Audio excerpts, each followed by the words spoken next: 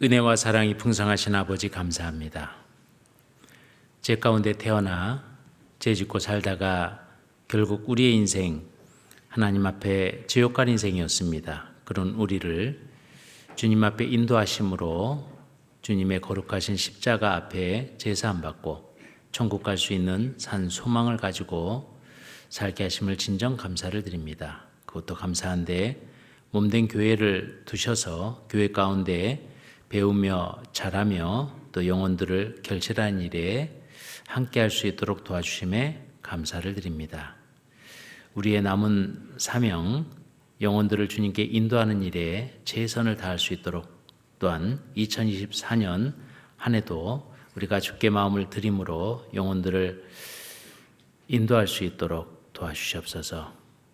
동일한 시간에도 해외 각 지역 각 곳에서 하나님의 말씀이 전해지며 계속해서 영혼들을 건지는 일을 하고 있습니다.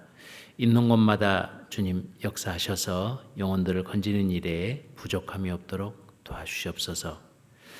오늘 또 주일 이 한 시간 하나님의 말씀을 통해서 교훈받고자 합니다. 사람의 말은 감춰주시고 하나님의 뜻만 나타날 수 있도록 도와주시옵소서. 그로 인해서 하나님의 말씀이 더욱 드러남으로 인해서 우리 삶 가운데 순종하며 살 수 있도록 도와주시옵소서.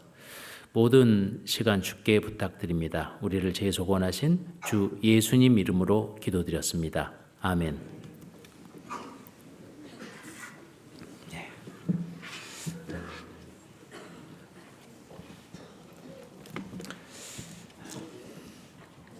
성경 에레미야 찾겠습니다. 에레미야 28장입니다.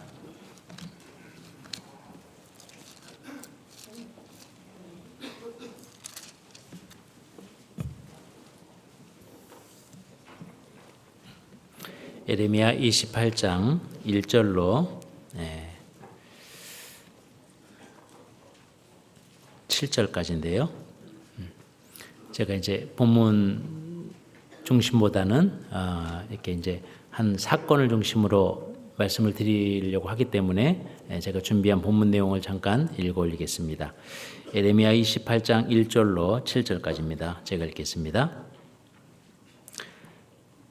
이 해 유다 왕 시드기야의 즉위한 지 오래지 않은 해 곧 4년 5월에 기브온 아술의 아들 선지자 하나냐가 여호와의 집에서 제사장들과 모든 백성 앞에서 내게 말하여 가로되 만군의 여호와 이스라엘의 하나님이 이같이 말씀하여 가라사대 내가 바벨론 왕의 멍에를 꺾었느니라. 내가 바벨론 왕 느부갓네살의 이곳에서 바벨론으로 옮겨간 여호와의 집 모든 기구를 두 해가 차기 전에 다시 이곳으로 가져오게 하겠고 내가 또 유다 왕 여호야김의 아들 여고니아와 바벨론으로 간 유다 모든 포로를 다시 이곳으로 돌아오게 하리니 이는 내가 바벨론 왕의 멍에를 꺾을 것임이니라 여호와의 말이니라 하셨다 하는지라.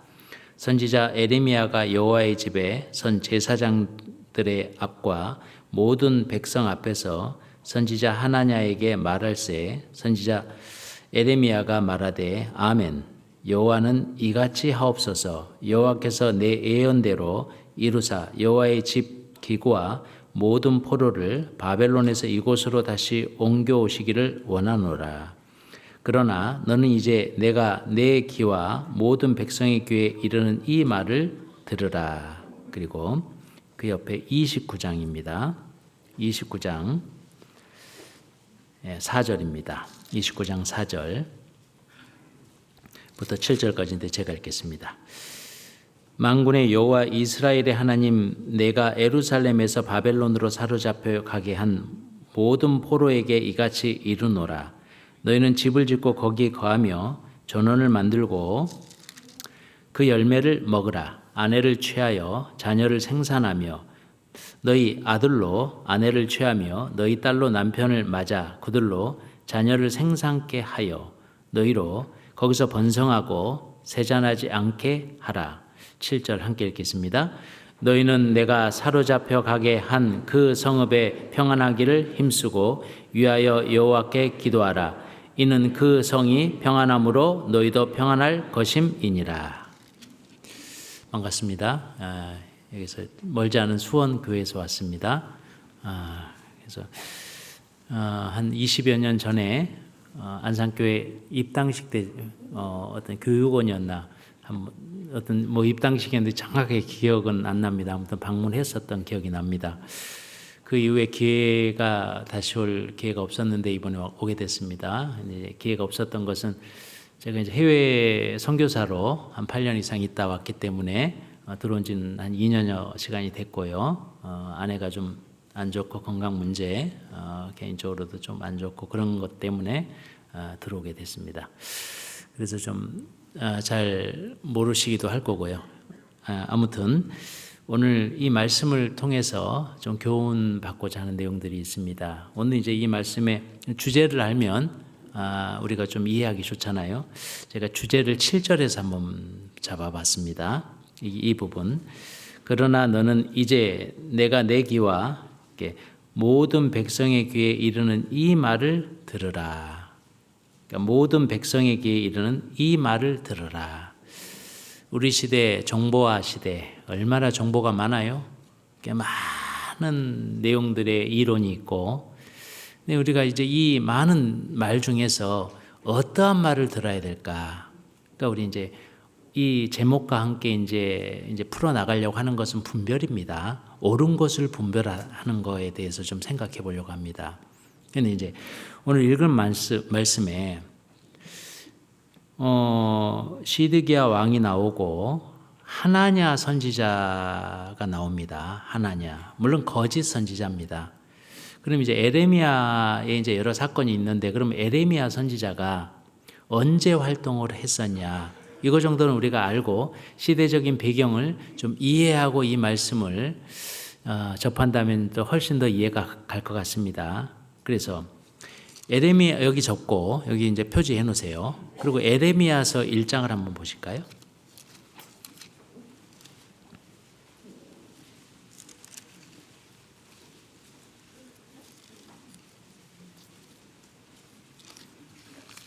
에레미야 1장 1절부터 3절까지 이제 에레미야 사역 시기를 잘 정리하고 있습니다. 제가 읽겠습니다. 베냐민 땅 아나돗의 제사장 중 힐기야의 아들 에레미야의 말이라. 아몬의 아들 유다 왕 요시야의 다스린 지 13년에 여호와의 말씀이 에레미야에게 임하였고, 요시야의 아들 유다 왕 여호와김 시대부터 요시야의 아들 유다 왕 시드기야의 제 11년 말까지 임하니라. 이에 5월에 예루살렘이 사로잡히니라. 그러니까 에레미야 1장 1절부터 3절 내용을 보면 어느 시대 때 에레미야가 활동하였냐 잘 나왔죠? 요시야 왕 시대부터 시드기야 왕 시대까지입니다. 이제 그러면 아까 이제 읽었던 말씀, 에레미야가 요시야 시대부터 시드기야 왕 때까지 활동을 했는데, 여러 활동 가운데 사건들이 여러 번 있었죠. 여러 사건이 있는데 그 중에 이제 오늘 이 사건을 한번 제가 다뤄봤습니다. 한 사건을. 예를 들면 그렇습니다. 이 시대적인 배경을 위해서 요시야 왕은 아주 선한 왕이었습니다. 종교 개혁을 단행했고 우상을 제거했던 그런 왕이었어요. 그런데 무모하게 무기또 전쟁에 참여했다가 죽임을 당합니다. 그럼 무기또에서 누구랑 전쟁했냐? 애굽입니다. 조금 더 설명드리겠습니다.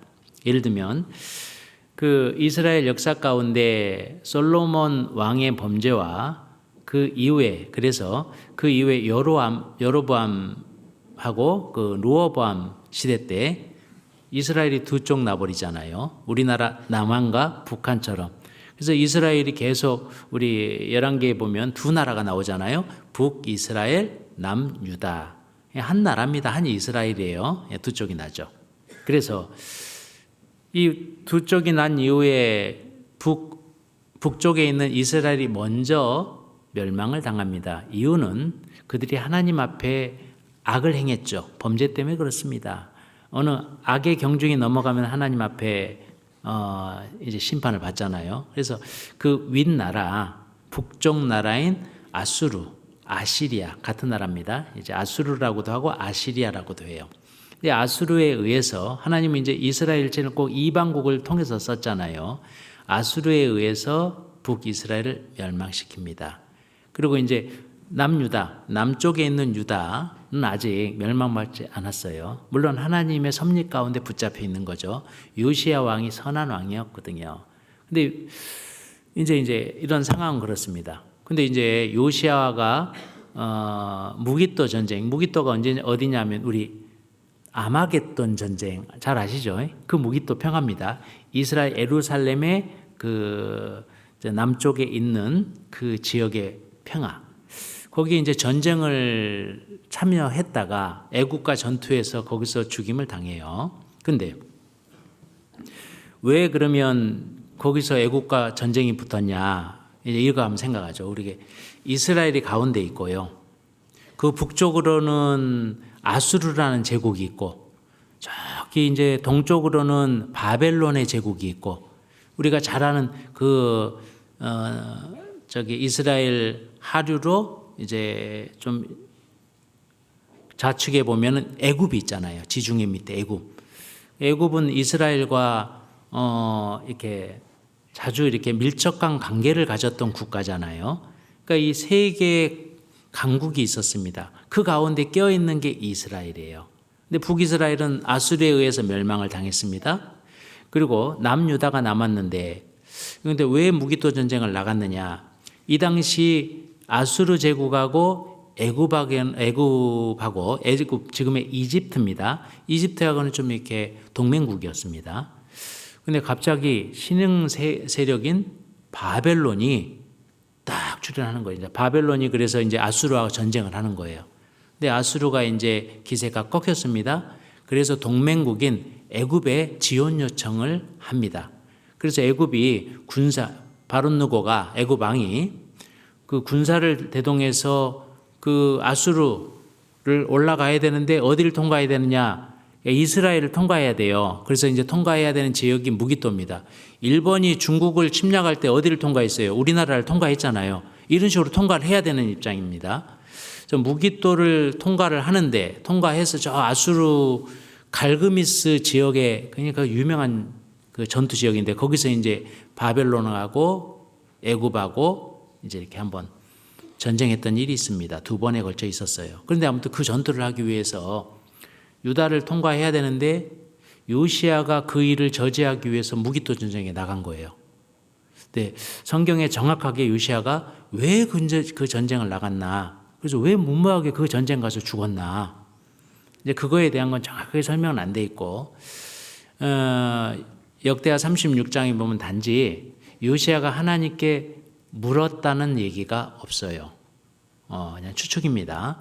예, 그리고 거기서 이제 죽임을 당했고 그 바롯누고의 대화가 나오거든요. 말이 나오거든요. 그러면 하나님이 거기 통과케 했고 우리는 지나가기만 할 거다.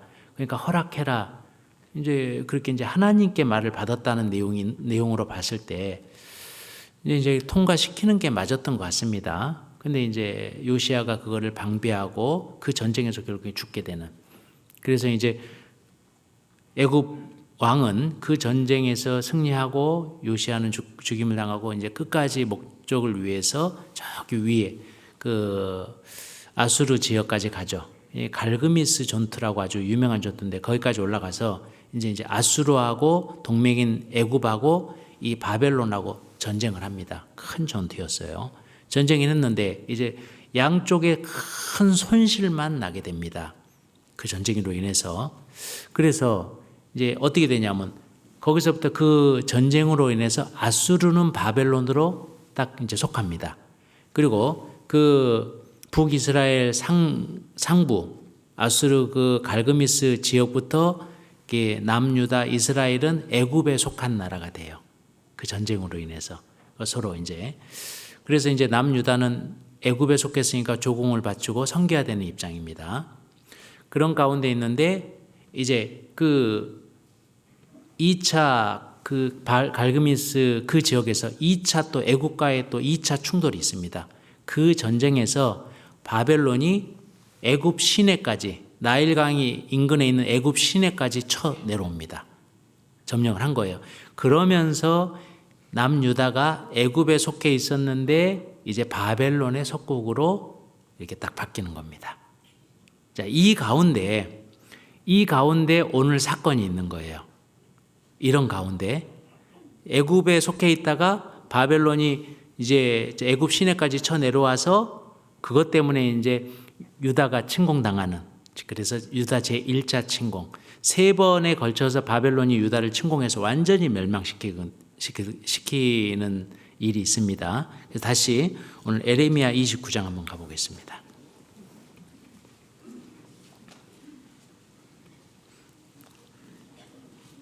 에레미야 28장입니다. 네, 28장입니다.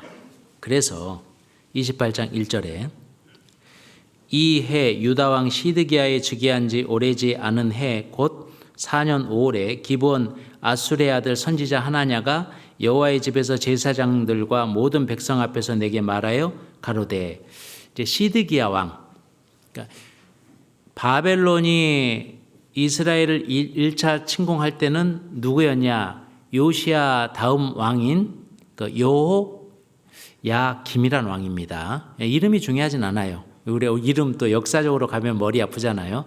그냥 전개하고 상황 이해를 도우려고 합니다. 그러면 요시야의 아들인 여호야김 왕은 누가 세웠냐? 애굽 왕이 세운 겁니다.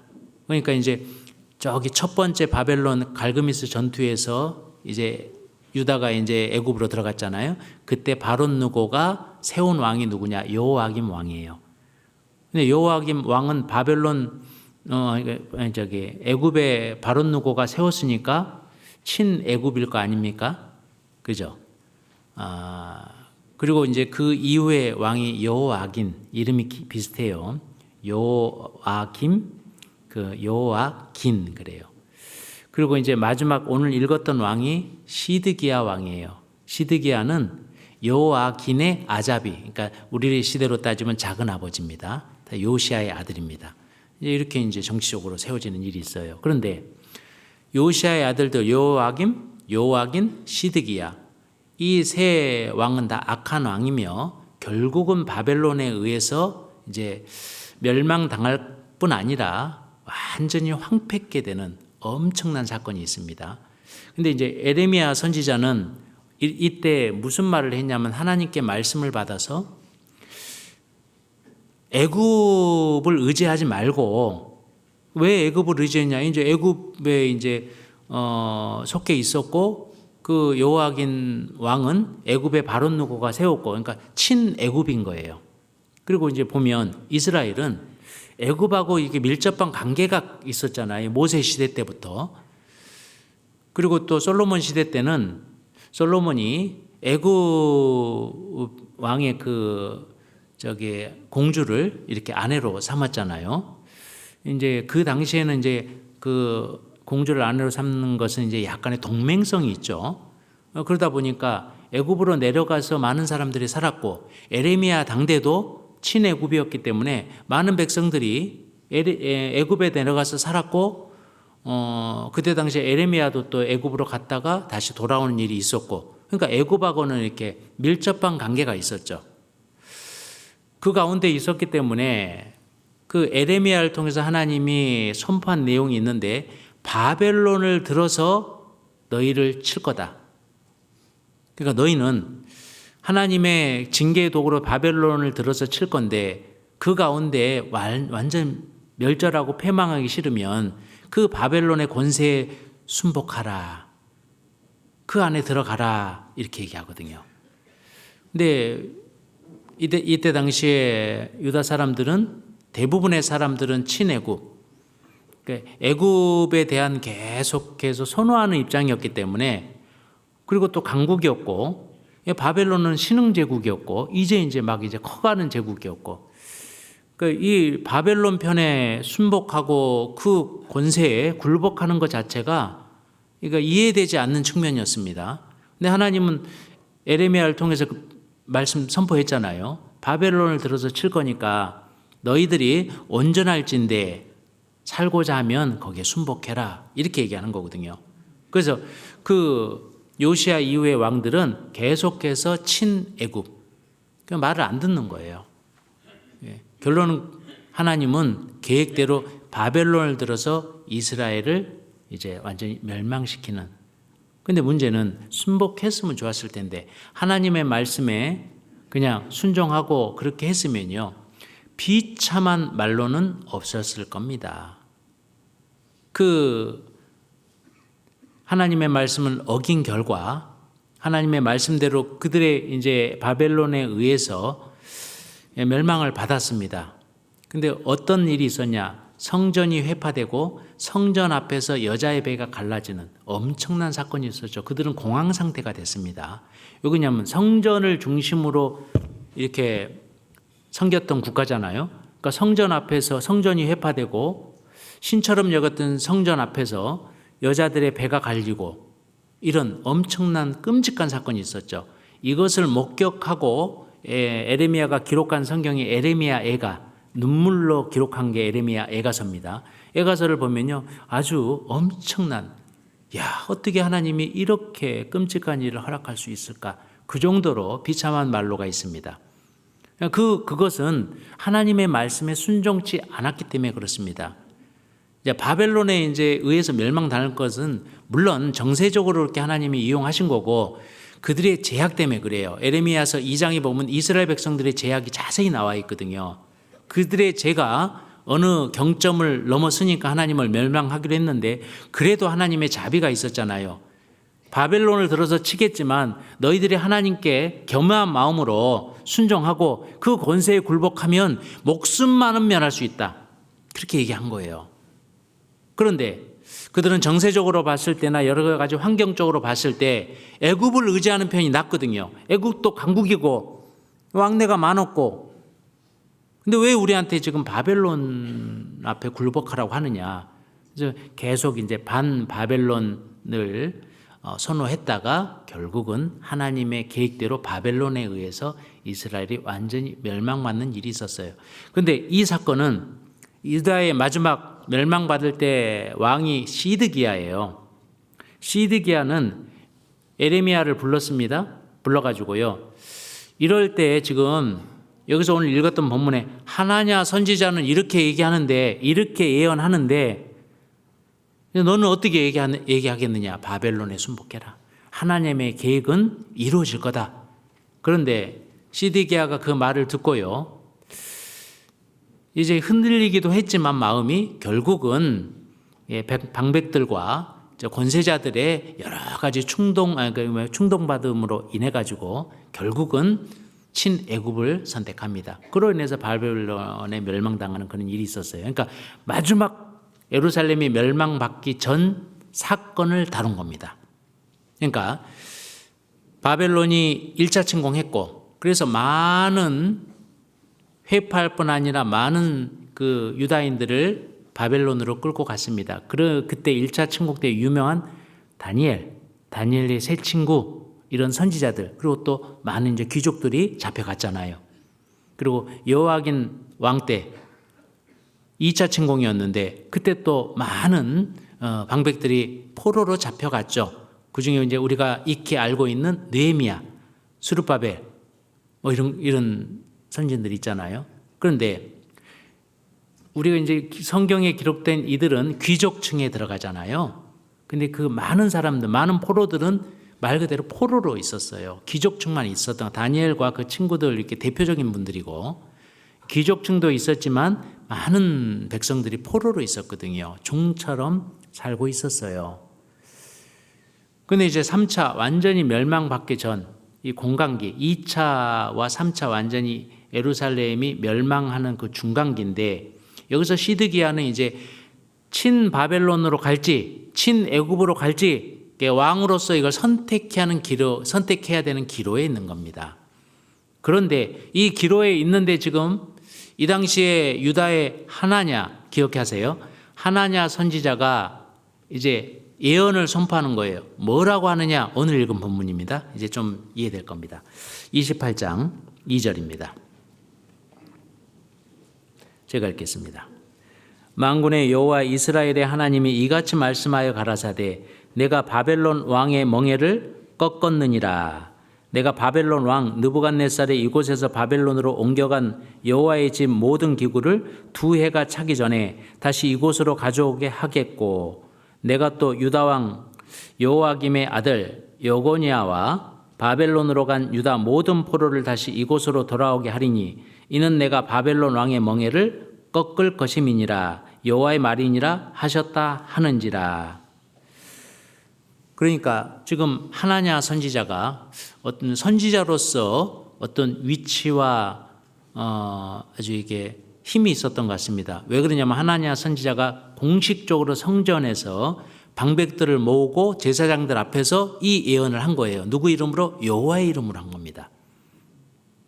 이 말을 들은 유다 백성들과 바벨론으로 간 포로들은 그 대선지자, 자칭 대선지자의 예언이기 때문에 사람들의 마음이, 백성들의 마음이 요동할 수 있는 지금 상황이 있는 겁니다.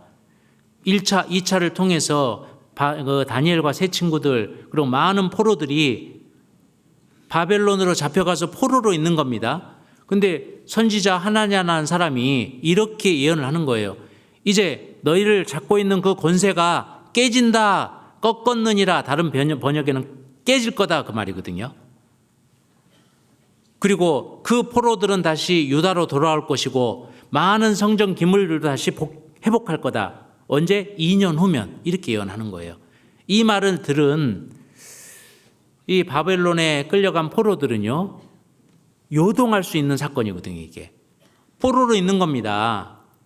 힘들어요. 고난 가운데 있는 거예요. 그것은 그들의 죄악으로 인해서 하나님이 형벌로 주어진 일이잖아요. 70년의 기한을 정해놨잖아요. 그 죄악의 기간 70년으로 한정해놨어요.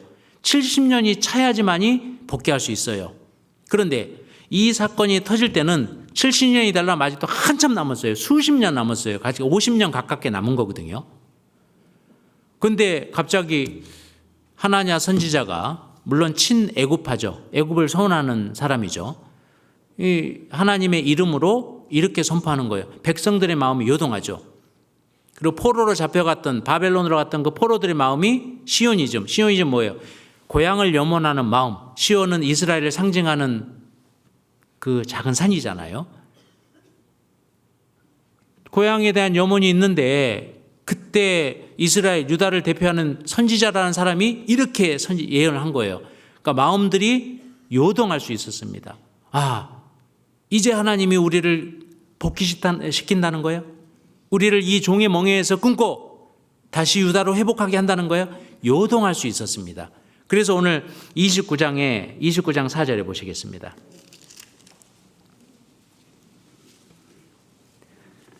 (29장 4절) 만군의 여호와 이스라엘의 하나님 내가 예루살렘에서 바벨론으로 사로잡혀 가게 한 모든 포로에게 이같이 이르노라. 너희는 집을 짓고 거기에 거하며 전원을 만들고 그 열매를 먹으라. 아내를 취하여 자녀를 생산하며 너희 아들로 아내를 취하며 너희 딸로 남편을 맞아 그들로 자녀를 생산케 하여 너희로 거기서 번성하고 세잔하지 않게 하라. 너희는 내가 사로잡혀 가게 한 그 성읍에 평안하기를 힘쓰고 위하여 여호와께 기도하라. 이는 그 성읍이 평안함으로 너희도 평안할 것임이니라. 왜 이 말할까요? 하나냐의 말에 포로로 끌려갔던 바벨론의 포로로 끌려갔던 그 포로된 자들이 마음이 요동한 겁니다. 그 하나냐의 말에. 왜? 여호와의 이름으로 선포했거든요. 근데 거짓 예언이거든요. 그래서 28장에 에레미야가 이렇게 얘기하죠. 6절에 선지자 에레미야가 말하되 아멘 여호와는 이같이 하옵소서. 여호와께서 내 예언대로 이루사 여호와의 집 기구와 모든 포로를 바벨론에서 이곳으로 다시 옮겨오시기를 원하노라. 이 하나냐 거짓 선지자예요. 하나냐가 회복한다는 것을, 남유다의 회복을 이렇게 거짓 예언했죠. 이 거짓 예언이지만 에레미야가 그런 거예요. 과연 나도 원한다. 포로된 백성들이 돌아오고 성전기구가 다시 회복하고 바벨론의 몽에서 풀리기를 나도 원하는 바다. 그렇지만 아니다. 하나님의 계획은 변함이 없고 편견은 하나님이 아니다. 하나님은 이미 유다에 대해서 심판을, 멸망을 선포하였고 70년 동안 포로로 잡혀 있다가 70년의 기한이 차면 구원의 은혜 때 회복할 것을 이미 선포하셨다. 그거 얘기하는 거거든요. 근데 여기서 우리가 하나 교훈받을 게 있습니다. 그러면 자, 백성 입장에서 에레미야 선지자가 있고, 이게 성전에서 공개적으로 여호와의 이름으로 예언한 하나냐 선지자의 말이 있습니다. 그러면 이런 것을 우리 백성들이 그러면 어떻게 분별할 것인가? 아니, 공개적으로 성전에서 선포하는데 그것을 아니다라고 할 수 없잖아요. 그래서 하나님께서 오늘 이런 내용을 통해서 이 말을 들으라, 어떤 말을 들어야 되면 우리가 분별해야 될 것이 무엇인지, 그걸 이제 좀 생각해 보려고 앞에 장엄하게 한번 역사적인 거 한번 정리했습니다. 그럼 어떻게 분별할 것인가, 이거에 대해서 그 밑에 있습니다. 28장 9절입니다.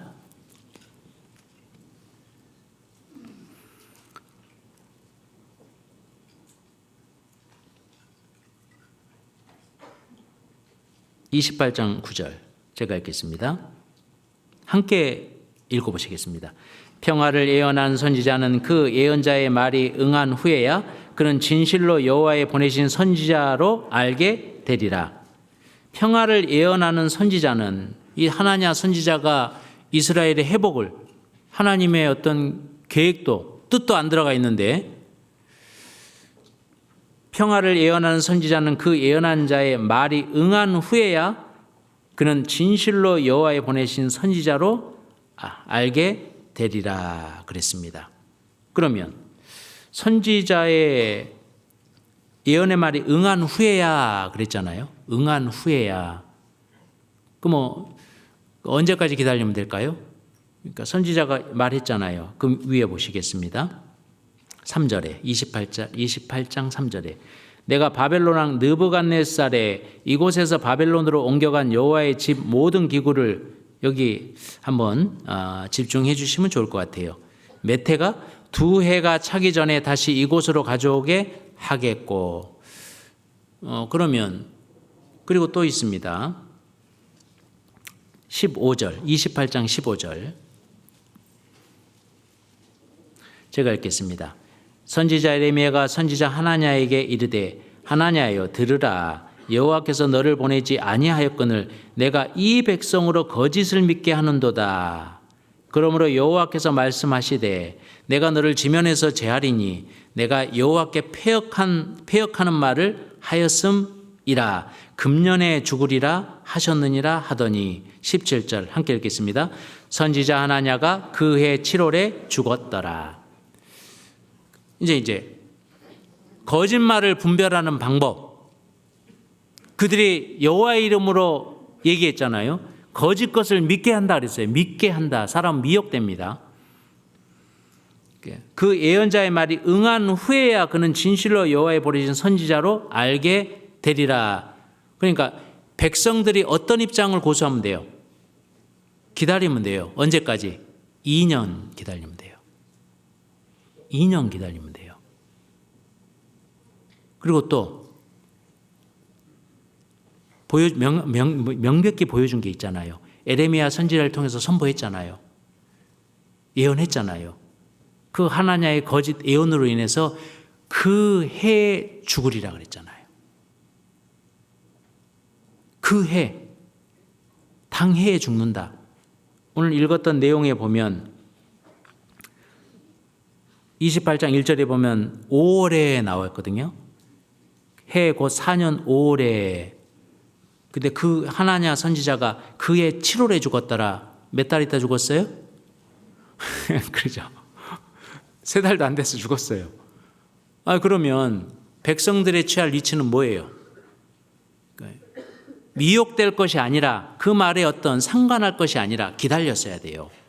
이 말이 정말 여호와께로서 온 말인지 기다렸어야 돼요. 2년 기다리면 되고 하나냐의 선지자 에레미야 선지자를 통해서 공포된 그 말을 기다렸으면 돼요. 그런데 기다리지 않았죠.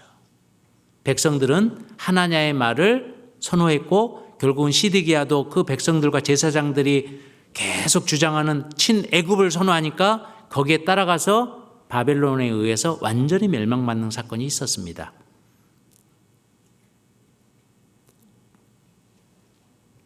그래서 이제 우리가 이게 기다리는 게 필요합니다. 기다리는 거. 어떤 상황과 환경과 여건들이 말씀의 위에 있어서는 안 되거든요. 말씀 위에 서서는 안 되거든요. 이걸 얘기하는 겁니다. 우리의 상황이 항상 그럴싸하잖아요. 우리의 환경은 항상 말씀을 거역하게 합니다. 우리의 상황이 아무리 그럴싸하고 어떤 그런 이치 가운데 있다 하더라도 그 상황과 이치가 말씀의 위에 서서는 안 된다. 그것을 오늘 교훈하고 있잖아요. 여기 접으시고 이사야 30장 보시겠습니다.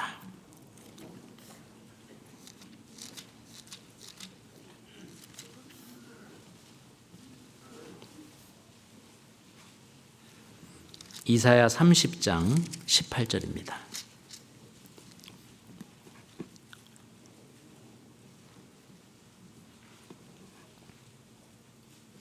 (30장 18절) 제가 읽겠습니다. 그러나 여호와께서 기다리시나니 이는 너희에게 은혜를 베풀려 하심이요 일어나시리니 이는 너희를 긍휼히 여기려 하심이라. 뒷부분 함께 읽겠습니다. 대저 여호와는 공의의 하나님이시라. 무릇 그를 기다리는 자는 복이 있도다. 무릇 그를 기다리는 자는 복이 있도다. 유대 백성들은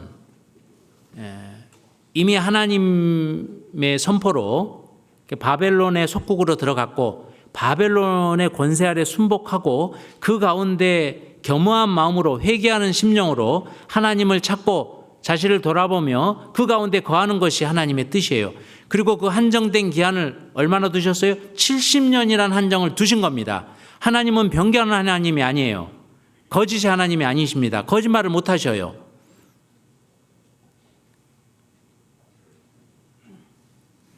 그래서 그들은 하나님의 뜻을 위에 두고 어떠한 상황에도 요동하지 않고 기다렸어야 됩니다.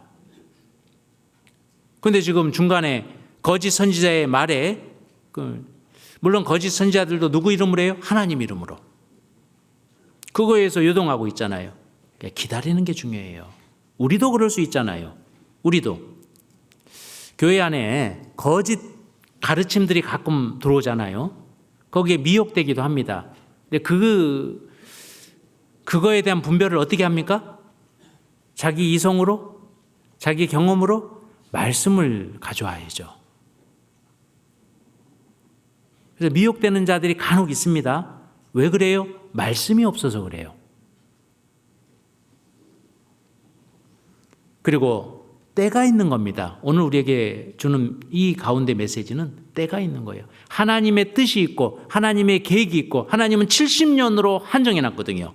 70년이 차야 그들의 징계 기간이 지나야 하나님의 구원의 은혜가 들어가고 이제 회복하는 일이 있는 겁니다. 그래서 우리가 취해야 될 입장은요. 하나님이 정하신 때가 있고 뜻이 있는 겁니다. 그럼 우리는 그 하나님의 때와 뜻에 따라서 움직여야 되거든요. 기다리지 못하고 조급함으로 하나님께 불순종하고 죄를 지을 수 있거든요. 그것을 얘기하는 겁니다. 이스라엘 백성들이 그랬잖아요. 2년만 기다렸으면 됐는데 2달 있다가 하나냐의 죽음을 통해서 에레미야의 예언이 선포되고 그것이 성취되는 것을 통해서 충분히 분별할 수 있었는데 그것을 눈으로 보면서도 애굽을 선호했거든요. 세상을 따라간 거예요. 세상의 이치, 세상의 방법, 세상의 경험, 눈에 더 좋아 보였거든요. 그것을 따라간 거예요.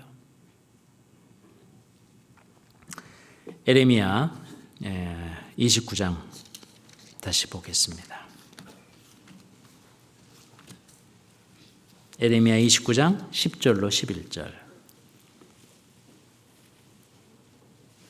제가 읽겠습니다. 에레미야 29장 10절로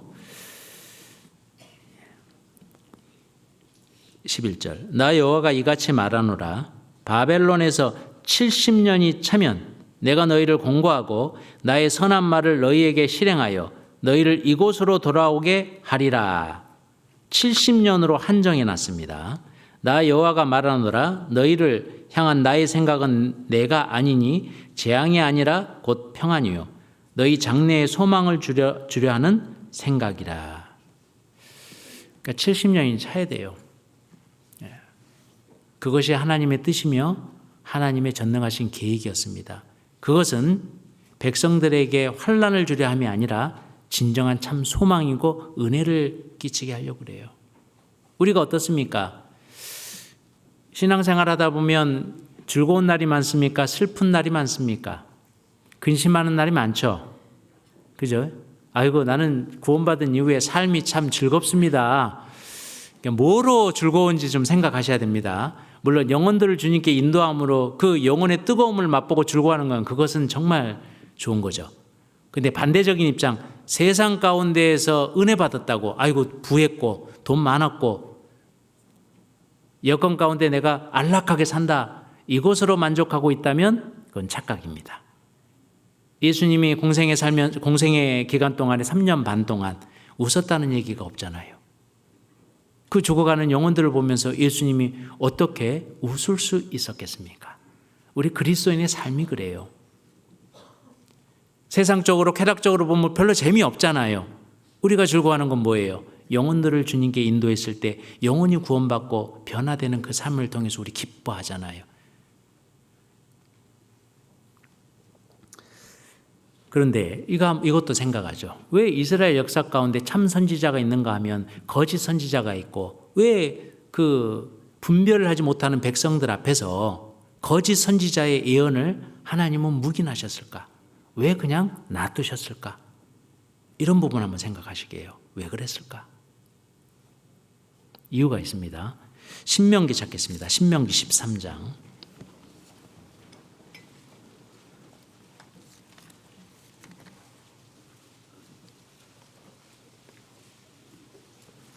신명기 13장입니다.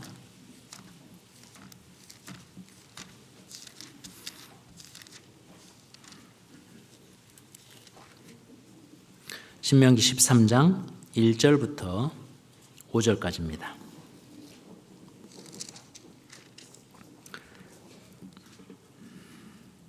신명기 13장 1절부터 5절. 너희 중에 선지자나 꿈꾸는 자가 일어나서 이적과 기사를 내게 보이고 내게 말하기를 내가 본래 알지 못하던 다른 신들을 우리가 쫓아 섬기자 하며 이적과 기사가 그 말대로 이룰지라도 너는 그 선지자나 꿈꾸는 자의 말을 청종하지 말라. 이는 너희 하나님 여호와께서 너희가 마음을 다하고 성품을 다하여 너희 하나님 여호와를 사랑하는 여부를 알려하사 너희를 함께 읽겠습니다. 시험하심이니라. 자, 이 당시에는 이제 구약 성경이 완성된 시대가 아니니까 이스라엘 백성들이 꿈꾸는 자, 그 하늘에서 내려왔다, 예언을 들을 수도 있고 엄청난 기적과 이적을 행할 수도 있고 우리 시대도 있잖아요. 그러한 말들이 이룰지라도 그것은 여호와의 말씀 위에 서서는 안 되는 거예요. 그리고 하나님은 그것을 허락한다는 의미보다는 그냥 보고 계셔요. 그 거짓 선지자들의 말, 꿈꾸는 자들의 말, 그것이 이스라엘 백성 가운데 지나가는 것을 하나님은 보셔요. 그것을 통해서 백성들을 시험하신다고 그랬어요. 너희 마음이 어떠한지를 알려하사 그랬잖아요. 왜 에레미야 선지자의 당대 정당한 선지자가 있는 반면에 하나냐 선지자 같은 그런 거짓말을 이스라엘 백성들에게 듣게 할까요? 그들의 마음이 어떠한지 알려 하여 여호와의 말씀을 정말 사랑하는지 그거 알려 하는 겁니다. 우리도 그러죠. 교회 역사 가운데 간혹 이 거짓 것이 교회를 싹 지나갑니다. 거짓 것이. 그러면 지나가면 안타까운 것은 누군가는 교회에 떨어지는 경우도 있어요. 미혹받아서. 경험하잖아요. 근데 그것도 안타까운데 더 안타까운 건 옆 사람이 미혹돼서 같이 떨어져요. 이것은 정말 안타까운 거잖아요. 그럼 여기서 생각하죠. 그것을 통해서 우리가 흔들립니까? 더욱 견고해집니까? 견고해져요. 그러니까 이제 이게 두 길이 딱 이렇게 만들어지는 것 같아요. 딱 보면. 그러니까 처음에 그런 일을 보면 다른 가르침이나 잘못된 교리나 이런 거에 이렇게 미혹돼가지고 잘못된 체계에 미혹돼서 흔들릴 수 있어요. 있는데 신실한 분이 갑자기 잘못된 것에 미혹돼가지고 막 그걸 추종하고 있습니다. 선호하고 있어요. 그 옆에서 흔들리잖아요. 근데 흔들릴 수는 있어요. 근데 이럴 때 흔들려가지고 해야 될 게 뭘까요? 말씀을 가져와야죠. 이게 말씀하고 맞는 거야? 내가 받았던 복음과 일치해? 성경적이야? 그러니까 말씀을 딱 가져오고 비교했던 분은 더욱 견고해져요. 약간은 인간적으로 흔들릴 수 있어요. 갑자기 잘하던 분이 탁 이렇게 미혹되는 걸 보고. 근데 말씀 위에 그걸 세우면 안 되죠. 그 말씀을 가져와서 확인해 보셔야죠. 확인해 보면 100% 아니거든요. 그러면 내 마음이 더욱 주님 앞에 서는 겁니다. 이것을 경험하셨잖아요. 그래서 하나님은 간혹 거짓 것을 지나가게 하신다. 이스라엘 백성. 그리고 우리가 여기서 또 하나 알아야 될 건 마귀의 일은요. 창세기 때나 구약이나 지금이나 동일하거든요. 우리가 마귀를 알면 이길 수 있잖아요. 지피지기 백전백승. 적을 알고 나를 알면 그 전쟁은 100번 해도 승리한다. 이런 말이 있잖아요. 그러니까 마귀의 일은 복잡하지가 않아요. 방법이 같거든요. 단지 우리가 미혹되는 거예요. 그의 방법이 아주 지능적이고 그래서 그런 게 아니거든요. 이거 한번 생각하시게요. 요한복음 8장 44절.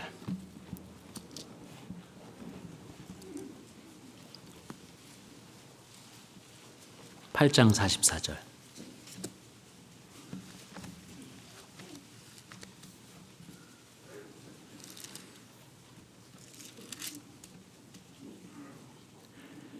(8장 44절) 제가 읽어 올리겠습니다. 너희는 너희 아비 마귀에서 났으니 너희 아비의 욕심을 너희도 행하고자 하느니라.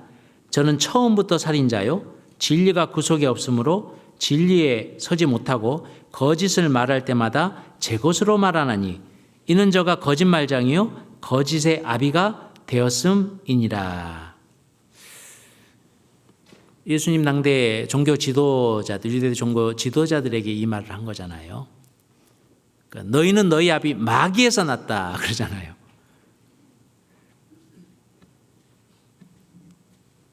하와를 넘어뜨렸던 그 마귀 누구 뒤에 있었습니까? 유대 종교가들 뒤에.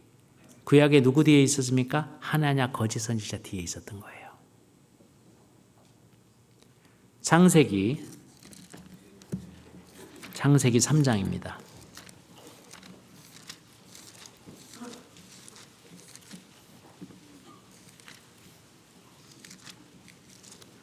창세기 3장 1절입니다. 4절입니다. 3장 4절. 제가 읽겠습니다. 4절로 6절까지. 뱀이 여자에게 이르되 너희가 결코 죽지 아니하리라.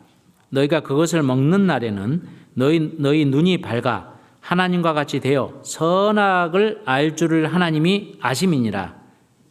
6절 함께 읽겠습니다. 여자가 그 나무를 본즉 먹음직도 하고 보암직도 하고 지혜롭게 할 만큼 탐스럽기도 한 나무인지라. 여자가 그 실과를 따먹고 자기와 함께한 남편에게도 주매 그도 먹은지라.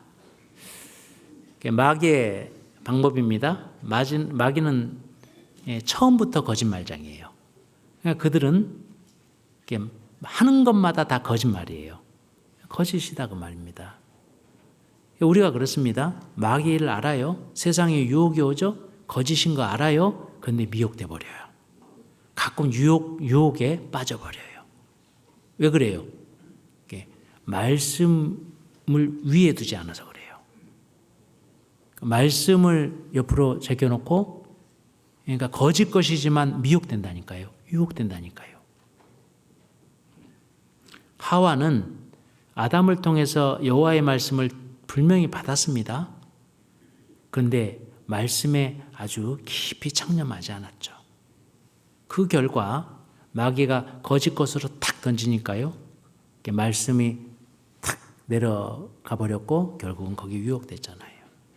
마귀의 방법은 사실 구약이나 우리 때나 같아요.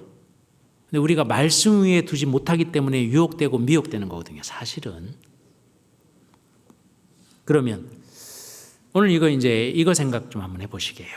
역사를 통해서 왜 구약에 제가 이제 에레미야서를 채택하게 됐느냐?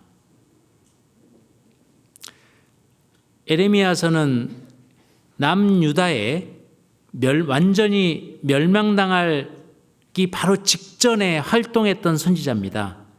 그러니까 남유다의 멸망을 선포한 선지자거든요. 눈물로 호소했던 선지자거든요. 우리 시대 어떻습니까? 우리 시대하고 대조했을 때 동일하잖아요. 하나님은 우리 세대가 여호와의 날, 주의 재림, 멀다고 말씀하셨습니까? 이제 가깝다고 말씀하셨습니까? 마태복음 24장에 징조들이 나오잖아요. 우리는 주의 재림이 가깝다라는 징조들의 환경적인 징조가 있고 그거 다 이루어졌잖아요.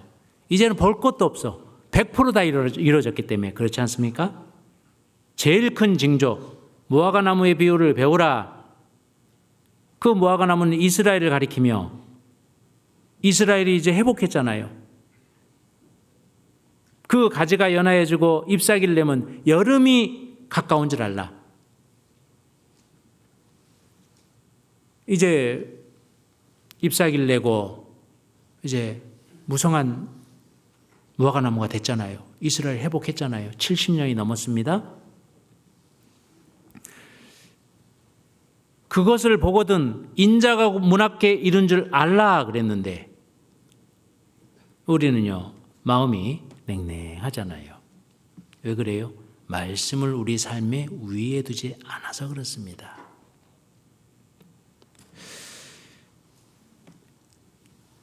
그리고 이런 가운데 이제 저도 이제 좀 어제 그저께 얘기인데요. 이제 수원교회가 이제 대전도 집회로 한 주간 했습니다. 어제까지. 오늘 이제 주일 생활 말씀할 시간입니다. 한 분이 말씀을 3번을 들었는데 도무지 반응이 없어요. 그러니까 그 인도하는 우리 집사님이 도저히 강당에만 앉혀놓으면 그러니까 자니까 이거는 일도 안 들어가는 것 같으니까 그래서 상담을 좀 해달라고. 근데 이제 내려와가지고 상담을 하고 대화를 하는데 마음이 1도 없네 진짜. 야, 실명과 나이는 좀 공개될 것 같아요. 실명은 공개하지 않겠습니다. 60대 정도 되셨어요. 근데 그분은 노력파예요. 그러니까 현실적인 사람이에요. 그리고 자기는 나름대로 성공했다고 하는 사람이에요. 그러니까 노후 설계는 좀 해놨어요. 물려받은 게 아니고 노력해서 부지런히 일해야 된다고 생각했고 노력해서. 그러니까 이제 뭐 죽음에 대해서 하나님에 대해서 관심이 없는 거예요. 에덴 동산 노아의 방주 얘기하면 하나의 설화와 전설로 취급해버리고 그래서 안 되겠어 가지고 고민하다가 아주 현실적인 사람이니까 그 구약에 있는 증거보다는 그래도 체감으로 올 수 있는 증거가 낫겠다 싶어가지고요. 제가 딱 꼽은 게 이제 마지막 때 전쟁. 그 체감으로 좀 올 수 있잖아요. 그래서 지금 이스라엘의 중동에 있는 여러 가지 정세와 마지막 때 우리 전쟁의 시나리오가 좀 연결이 돼 있잖아요. 그러니까요. 제가 그분 앞에서 이제 상담을 시작한 겁니다. 지금 이스라엘과 왜 하마스 그 가자 지구에 그 팔레스타인들과 충돌이 있느냐. 그 가운데 전쟁이 터졌고 미국이 중재하고 있고 왜 이런 일이 있느냐. 그건 이스라엘 역사를 배우면 잘 알잖아요. 그리고 지금 하마스가 이제 드러나고 있잖아요. 공개적으로 이란이 그런 걸 밝히진 않지만 하마스가 자기 세력으로 이스라엘을 다 알 텐데 이스라엘 뒤에는 미국이 있고 다 연결되어 있는 거 알 건데 자기만의 세력으로 그 일을 벌였을까? 뒤에 이란이 있다는 거 지금 공개적으로 다 드러났잖아요. 그래서 미국도 지금 이란이 그렇게 뒤에서 조작하고 다 한 거 알고 있지만 섣불리 어떤 일을 취할 수가 없잖아요. 왜? 이란은 어떤 국가와 군사 동맹국이에요? 러시아.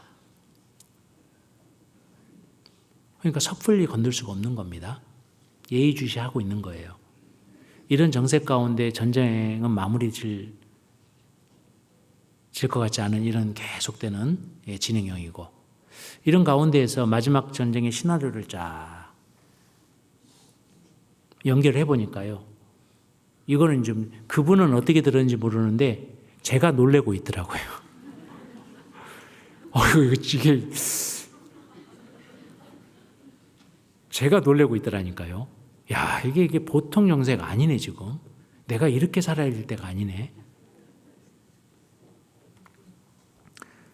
근데 우리 시대에 구원받은 지 5년, 10년, 20년, 30년 이렇게 지나다 보니까요. 마음이 무뎌질 수 있거든요. 어디 건물에 불이 났는데 한번 첫 번째 볼 때는 놀랄 겁니다. 옆에서 또 나면요. 감각이 무뎌져요. 우리가 그러지 않습니까? 주의 임함이 선포됐고 때가 가깝다는 거 이제 모든 징조를 통해서 다 드러났고 그런데도 우리 마음은 냉랭하다. 왜 그래요? 무뎌진 겁니다. 무뎌진 마음을 깨우치셔야죠. 다시 회복하셔야죠. 이스라엘이 결국은 에레미야 말을 무시하고 친애굽을 선호함으로 인해서 아주 비참한 말로가 있었잖아요. 예루살렘의 모든 백성들은 살육당하고 성전은 해파되고 성전 앞에서 그 여자의 배가 갈려지는 어마어마한 끔찍한 역사가 있었잖아요.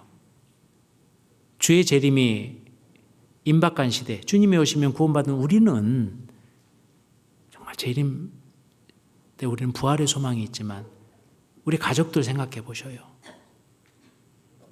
유다 백성들하고 뭐가 다릅니까? 그 끔찍한 말로가 이제 기다리고 있습니다. 7년대 환난. 7년대 환난이 뭡니까? 요한계시록의 7년대 환난에 대해서 자세히 보여주고 있잖아요. 요한계시록은 21개의 재앙이 이렇게 땅에 떨어지는 겁니다. 7년 할 때 떨어질 겁니다. 그 환난에 들어가는 거예요. 누가? 나의 가족들이, 구원받지 않은 영혼들이. 근데 그분 상담했던 분, 그래서 오늘 좀 말씀하고 적용해 보려고 그래요. 현실적인 분, 그러니까 욕망을 따라서 그 욕망이 있잖아요. 뭔가 계획하고 노력해서 이루고자 하는 그 욕망이 욕구가 있는 겁니다. 근데요, 사람은 무언가에 미쳐 있더라고요. 전도서 9장에 보면 평생에 미친 마음을 품다가 후에는 죽은 자에게로 가느니라 그랬는데 욕망을 따라 욕망이 여러 가지가 있어요. 어떤 분은 정치 그러면 뭐가 연결되어 있습니까? 권력. 이 권력에 대한 욕구가 있는 겁니다. 돈, 명예, 쾌락. 그 욕구를 따라서 사람들은 거기에 죽기까지 투자한다니까요. 그래서 그분이 통했는지 안 통했는지 모르는데 제가 이 말씀을 좀 찾아드렸습니다. 이사야 5장입니다.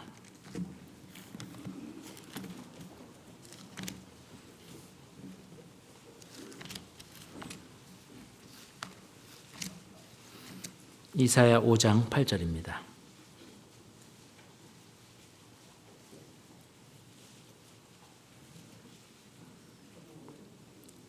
이사야 5장 8절 제가 읽겠습니다.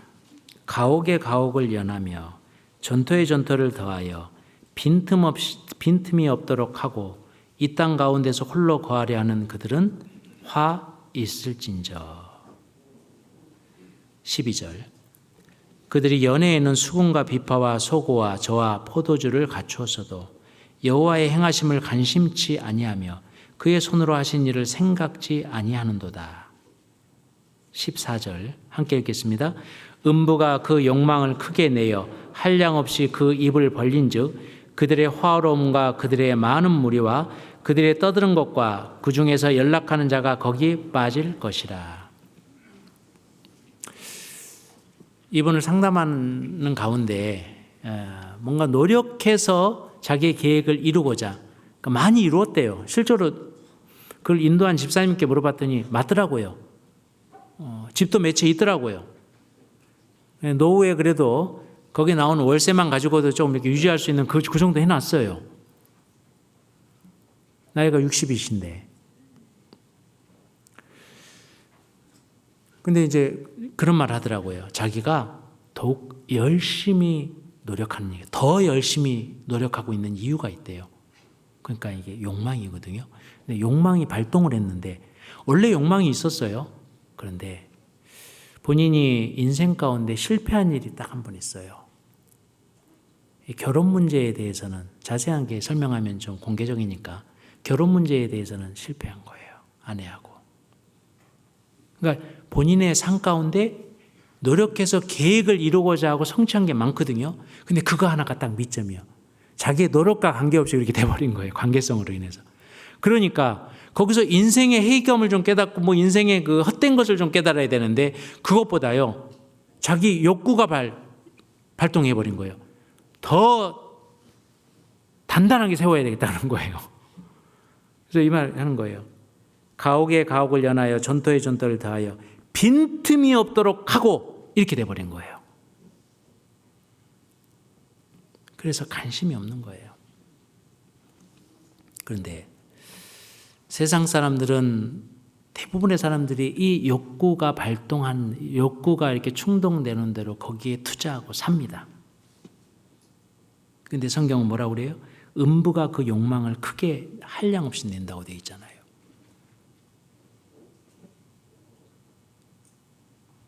그 입을 벌린 즉 그들의 화로움과 그들의 많은 무리와 그들의 떠드는 것과 그 중에 연락하는 자가 거기 빠질 것이요.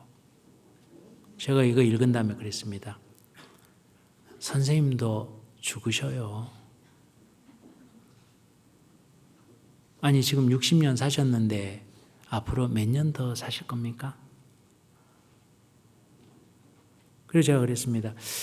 선생님보다는 내가 조금 더 후배 같은데 저 이제 50대 중반이니까 하여튼 그래도 어떻게 보면 후배잖아요. 인생 후배잖아요. 후배 같은데 50대 중반인 저도 인생의 헛됨을 깨닫고 있는데 60년 사셨는데 뭐 좋은 거 있던가요? 자기는 자기 계획과 노력해서 이루고자 하는 그것만 생각하고 왔대요. 앞만 보고 왔대요. 그래서 제가 하는 말이 뭔 말인지 모르겠대요. 그런 분이 있더라고요. 세상 사람은 그래요. 욕망에 빠져서 죽기까지 자신이 내던져지는 걸 알지 못하는 겁니다. 그런데 우리가 취해야 될 입장은 어떻게 하든 그들이 그 가운데서 깨우침을 받고 돌아오기를 바라는 마음으로 계속 전해야죠. 누가 그랬냐? 에레미야 선지자가 그랬습니다. 에레미야 선지자가 말씀을 선포할 때 그 바록이라는 서기관 몇몇 없어요. 함께 해줬던 선지자들이. 그 외에는 다 부인했잖아요. 에레미야 20장에 그런 말 나오죠. 내가 여호와의 말씀을 선포 아니하리라 하면 그 선지자의 사명을 내려놓으려고 했다니까요. 내 마음에 불붙는 것 같아서 견딜 수 없다고 그랬잖아요. 유다의 멸망이 눈앞에 훤히 보이고 그 멸망을 하나님께 받았는데 그것을 보고 있는 그 에레미야 선지자의 마음, 내가 여호와의 말씀을 선포하지 아니하리라 하면 내 마음이 불붙는 것 같아서 견딜 수 없다고 그랬잖아요. 우리 시대에 많은 사람들이 이 선생님과 같은 마음으로 불쌍하잖아요. 잘못됐다는 게 아니고 불쌍하잖아요. 어떤 세상의 욕구에 하나 사로잡혀가지고 그것을 위해서 산다니까요. 그런데 이 시대에 우리 그리스도인도 그럴 수 있다고 말해요. 신앙생활 하다가 심심하고 냉랭하니까요. 세상으로 눈을 싹 돌리는 거예요.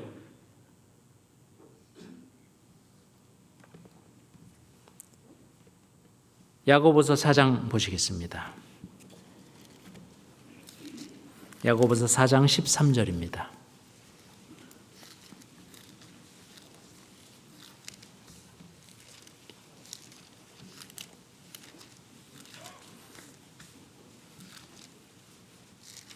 야고보서 4장 13절, 14절 말씀 제가 읽겠습니다. 야고보서 4장 13절, 14절. 들으라. 너희 중에 말하기를 오늘이나 내일이나 우리가 아무 도시에 가서 거기서 1년을 요하며 장사하여 일을 벌이라 하는 자들아. 내일 일을 너희가 알지 못하는도다. 너희 생명이 무엇이뇨? 너희는 잠깐 보이다 없어지는 안개니라. 빌립보서 2장 21절에 보면 저희가 다 자기 일을 구하고 예수의 일을 구하지 아니하되 이 말씀이 있잖아요. 우리 시대 때 우리가 이제 자신의 정체성, 전도자라는 정체성, 우리는 다 전도자입니다. 하나님 복음의 증인들이에요. 이것에 흐릿해지면 다시 세상의 이치를 따라서 욕구가 발동할 수 있어요. 물질을 향해서 내 욕구가 발동할 수 있어요.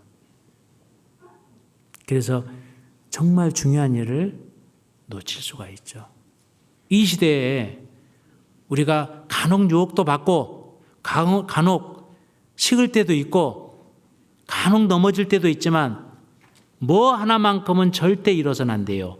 영혼에 대한 열정은 식어서는 안 됩니다. 내가 비록 넘어져 있을지라도 불쌍한 영혼이 눈앞에 있으면 그 영혼을 위해서 어떻게든 말씀 앞에 인도하기 위해서 최선을 다해야 되는 게 우리의 사명이라고 생각합니다. 우리가 다른 건 연약하게 할 수 있지만 영혼 앞에서는 우리가 마음을 굽혀서는 안 되겠다. 이런 교훈을 오늘 주지 않습니까? 오늘 이제 안산교회 이렇게 이제 교회적인 행사 이렇게 안내하고 하는 내용이 있더라고요. 광고 시간에 얘기 들어서 제가 10분 정도 일찍 끝내려고 합니다. 10분 일찍 끝내려고 시간을 보니까 딱 10분이 남았어요. 10분 동안 이제 마무리 질 겁니다. 우리는 이제 아무리 이제 설교가 질적으로 좋아도 시간이 넘어가면 한계점이 다다르죠. 그래서 제가 10분을 시간을 두고 좀 정리 한번 해보려고 합니다. 그러면 이제 오늘 다시 에레미야 오늘 본문 한번 돌아가 보겠습니다. 29장.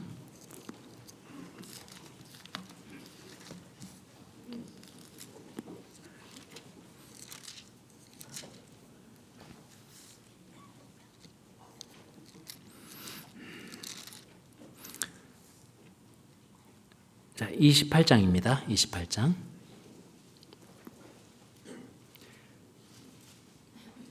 (7절에) 그러나 너는 이제 내가 내 귀와 모든 백성의 귀에 이르는 이 말을 들으라. 이 말을 들으라. 그러니까 이 말이 누구 말이에요? 에레미야 선지자의 말. 그 눈물의 선지자. 간절한 마음으로 이 말을 들으라. 그럼 우리가요, 말에 주의하셔야 돼요. 이제 짧은 시간에 10분이라는 시간 동안 이거 한번 생각하시게요. 이스라엘 백성 가운데 하나님을 섬기고 있지만 하나냐의 거짓 예언이 있었고, 우리도 이제 교회 생활 하잖아요. 교회에서 제일 큰 거짓말이 있습니다. 뭘까요? 저는 이렇게 한번 정리해 봤습니다. 우리 시대의 제일 큰 거짓말이 무엇일까? 율법주의자들, 갈라디아주의자들, 그리스도 안에 있다고 하면서 그러니까 율법을 지켜야 된다고 생각하는 자들, 할례를 받아야 구원이 완성된다고 가르치는 자들, 그것이 이제 이 교회의 큰 거짓말이에요. 제가 이제 선교 지역에서 제일 많이 싸웠던 건 마음이 없고, 물론 마음이 단단한 사람들도 있어요. 우리나라처럼. 그런데 대부분은 그런 것보다요, 미혹된 사람들이 많아요. 종교에. 가톨릭, 천주교, 오순절교. 그들의 공통점은 그리스도를 영접하는 건 하나의 교리고 행위가 딱 붙어 있어요. 갈라디안주의가 딱 팽배하게 있거든요. 저는 이제 그거하고의 싸움입니다. 거의 대부분. 그거에서 깨주면 구원받아요. 근데 고수하면 구원 못 받는 거예요. 그런데 우리 시대도 그래요. 우리가 복음을 사수하고 지켜야 되는 이유, 은혜에서 율법으로 가면 안 돼요. 너희가 성령을 받은 것이 믿고 믿음으로냐 행위로냐 이렇게 물어보잖아요. 성령 받은 게 행위로입니까? 믿고 들음에서입니까? 그잖아요. 그러면서 그 밑에 계속 반복, 아브라함의 믿음을 얘기하면서 아브라함은 정말 사라의 경수가 끊어지고 자신도 늙었고 노년의 계시를 받잖아요. 내 백성을 하늘의 별과 같이 많게 하리라. 네, 아브라함이 그걸 믿었어요. 그래서 그것을 의로 여겼다 그랬어요. 믿음은 뭐예요? 하나님의 말씀을 의지하는 겁니다. 구원은 뭐예요? 하나님의 의를 의지하는 겁니다. 행위로 돌아가는 것은, 행위는 누구한테 속한 거예요? 하나님께입니까? 자기께입니까? 자기 거죠. 모든 종교는 행위를 강조하죠. 사람 편에서 해야 될 일을 가르치죠. 우리는 틀리잖아요. 우리는 인간이 드릴 수 없습니다. 하나님께. 죄인의 손에서 하나님 뭘 받으시겠습니까? 하나님의 안전한 의에 참여할 때 안전한 겁니다. 그거 얘기하잖아요. 갈라디안 교리. 행위로 돌아가자고 하는 교리. 이게 큰 거짓말입니다. 그리고 이제 간혹 작은 거짓말이 있어요. 거짓말은 거짓말이에요. 그죠? 작은 거짓말이 무엇일까? 이런 겁니다. 이거 한번 생각 한번 해보시게요. 고린도후서 10장.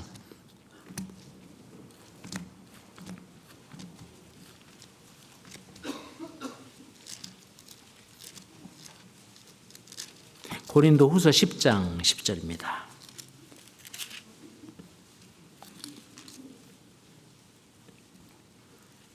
(10장 10절) 제가 읽겠습니다. 10장 10절. 저희 말이 그 편지들은 중하고 힘이 있으나 그 몸으로 대할 때는 약하고 말이 시원치 않다 하니. 그러니까 저희 말이, 그러니까 저희가 어떤 가리키는 대상이 있잖아요. 그럼 저희가 누구냐 그 말이에요. 고린도 교회에 여러 가지 죄를 짓는 사람들이 있었는데, 저희들은 누구를 가리키냐면 사도 바울을 비난하는 사람들. 그러니까 고린도 후서 내용에 보면 사도 바울이 자신의 사도권에 대해서 변증하는 설명이 많이 나와요. 내가 사도로서 부족함이 없는 사람이다. 근데 이 사도 바울의 사도권을 비난하고 약화시키는 사람들이 있었거든요. 왜? 자기의 입지를 굳히기 위해서, 자신의 어떤 무엇을 과시하기 위해서 그런 거예요. 그래서 그들이 그래요. 저희 말이 그 편지들은 중하고 힘이 있으나 사도 바울의 편지는 하나님의 말씀이고 성령의 감동함으로 기록된 서신이기 때문에 힘이 있잖아요. 말이 맞아요. 그리고 또 뭐라 그래요? 그 몸으로 대할 때는 약하고 말이 시원치 않다 하니 사도 바울. 그러니까 사도 바울은요, 약하고 사도 바울이 육체에 가시가 있다고 그랬잖아요. 물론 이제 우리가 여러 가지 내용으로 봤을 때 사도 바울의 알력이 좋지 않았다고 하잖아요. 그러니까 문안할 때 서신서를 쓸 때 큰 글자로 문안했다고 하잖아요.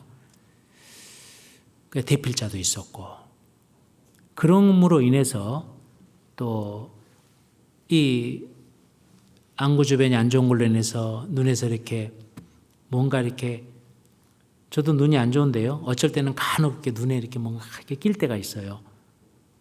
사도 바울은 그 안질로 인해서 더 안 좋은 것들이 있지 않았나 봅니다. 그러니까 이들의 비방하는 말은요, 아주 그럴싸합니다. 있는 현상 그대로를 보여주고 있잖아요. 그러면서 비방하는 거예요. 교회 안에 뭔가 맞지 않아서 육체를 따라서 비방하는 말들이 있습니다. 그들의 말만 들으면 맞아요. 이성적으로, 일반적으로, 느낌적으로 맞아요. 이들의 말만 보면 맞아요. 서신조에 위험이 있다. 맞잖아요. 사도 바울이 약한 부분이 있다. 맞잖아요. 그러면서 비방하잖아요. 그래서 사도 바울이 자신의 사도권을 변호한 거예요. 그것은 자신을 위한 게 아닙니다. 사도 바울은요, 내가 판단받는 것이 지극히 작은 일이다. 나도 나를 판단하지 않는다. 왜? 주께 속했기 때문에. 그런 사람이에요. 그런 분이에요. 그런데 왜 자신의 사도권의 비방을 받으니까 계속 변증하죠? 왜? 사도 바울이 강조한 건 복음이잖아요. 자신을 올리려고, 자신의 사도권을 세우려고 하는 것이 아니라 자신이 전했던 복음이 땅에 떨어지면 안 되거든요. 복음은 하나님께로부터 왔고 하나님의 영광이자 하나님의 능력이라 그랬잖아요. 근데 자신이 전했던 복음이 자신의 권위로 인해서 복음까지 영향을 준다면 그것을 걱정한 거예요, 사도 바울은.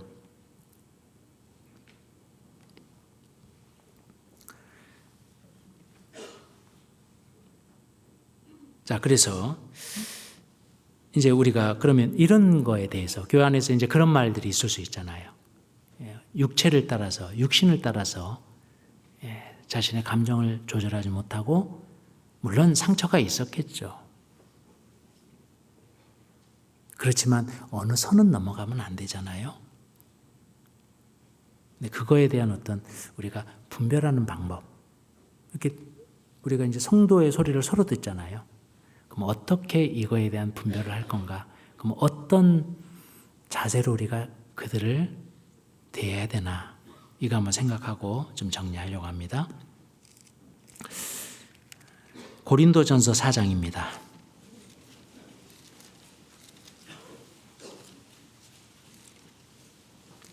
고린도전서 4장 17절로 19절.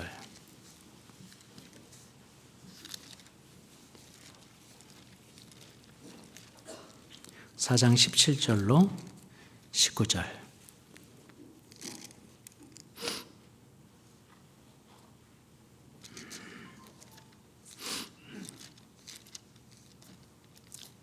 (4장 17절로 19절입니다) 제가 읽겠습니다.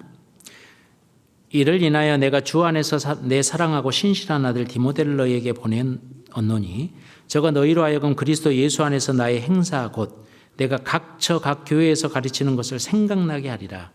어떤 이들은 내가 너희에게 나아가지 아니할 것 같이 스스로 교만하여 졌으나 그러나 주께서 허락하시면 내가 너희에게 속히 나아가서 교만한 자의 말을 알아볼 것이 아니라 오직 함께 읽겠습니다. 그 능력을 알아보겠노니. 그러니까 어떤 이들은 내가 너희에게 나아가지 아니할 것 같이 스스로 교만하여 졌으나, 이 어떤 이들이라고 그랬잖아요. 그러니까 사도 바울의 사도권을 비방하는 자들, 또 어떤 거짓 교사들, 뭐 이 지칭하는 게 이제 다양하더라고요. 어찌 됐든 교회 안에 거짓말쟁이들이죠. 그죠? 인해서 그들의 말을 알아볼 것이 아니라 그건 무슨 말입니까? 그들의 말과 이치는 그럴싸하다 그 말이에요.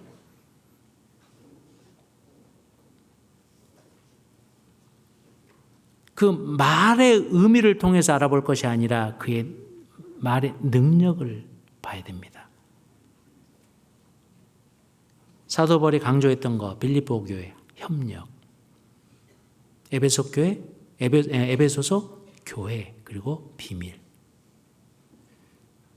로마서 복음의 진수를 얘기하고 있잖아요. 그러면 교회 안에서 어떤 이들이 교회의 질서를 얘기하며 성도 간에 어떤 부족한 것을 만들어서 그럴싸하게 말할 수 있잖아요. 그럼 우리는 오늘 이제 말씀을 통해서 분별하는데 뭐를 해야 돼요? 기다려라. 뭐와 함께? 말씀과 함께. 그러면 그들의 말이 정말 진실한지 기다려 보시면 돼요. 그들의 말이 정말 교회를 세우느냐, 협력하게 하느냐, 교회의 질서를 세우느냐, 아니면 질서를 무너지게 하느냐. 두 번째, 세 번째, 정말 로마서에 설명됐던 복음의 진수가 나타나느냐, 그들의 말을 통해서 협력과 질서와 영혼들이 구원받는 그런 역사가 나타나느냐 그 말이에요. 교회 안에서. 그럼 그것을 두고 보면 되는 거잖아요. 우리는 그런 말에 요동할 필요 없잖아요. 자, 그것을 이렇게 설명합니다. 그래서 20분 됐습니다. 네, 시간은 끝내야 됩니다. 네, 그래서 오늘 이제 이 말을 들으라, 모든 기 있는 자들은 이 말을 들으라, 이렇게 분별하는 거에 대해서 좀 생각해 보았습니다. 네, 기도드리겠습니다. 은혜와 사랑이 풍성하신 아버지 감사합니다. 오늘 주일 오전 하나님의 말씀으로 함께 나누며 공감하며 교훈받을 수 있도록 허락하신 것 감사합니다. 오늘 교훈을 통해서 모든 것, 이 세상 모든 것도 하나님의 말씀 위에 가서는 안 되는 것을 교훈받았습니다. 우리가 말씀을 의뢰하고 이 말씀 가운데 붙잡고 갈 수 있도록 우리의 삶과 길을 주관하여 주시옵소서. 때가 이제 가까운 이 때에 우리 마음을 일깨워 주셔서 영혼들을 주님께 인도하며 위험의 말씀 앞에 나오게 할 수 있도록 우리를 각자 도구로 사용하여 주시옵소서. 그리고 이 동일한 시간에도 한국뿐 아니라 전 세계 각 지역에서 하나님의 위험의 말씀과 함께 복음이 전파됩니다. 그 복음의 말씀을 통해서 영혼들이 구원받는 큰 역사가 나타나도록 도와주시옵소서. 오늘도 이후의 교제와 남은 일정도 주님 함께 해주셔서 또 주님의 뜻을 분별할 수 있도록 도와주시옵소서. 이 모든 것 우리를 죄에서 구원하신 주 예수님 이름으로 기도드렸습니다. 아멘.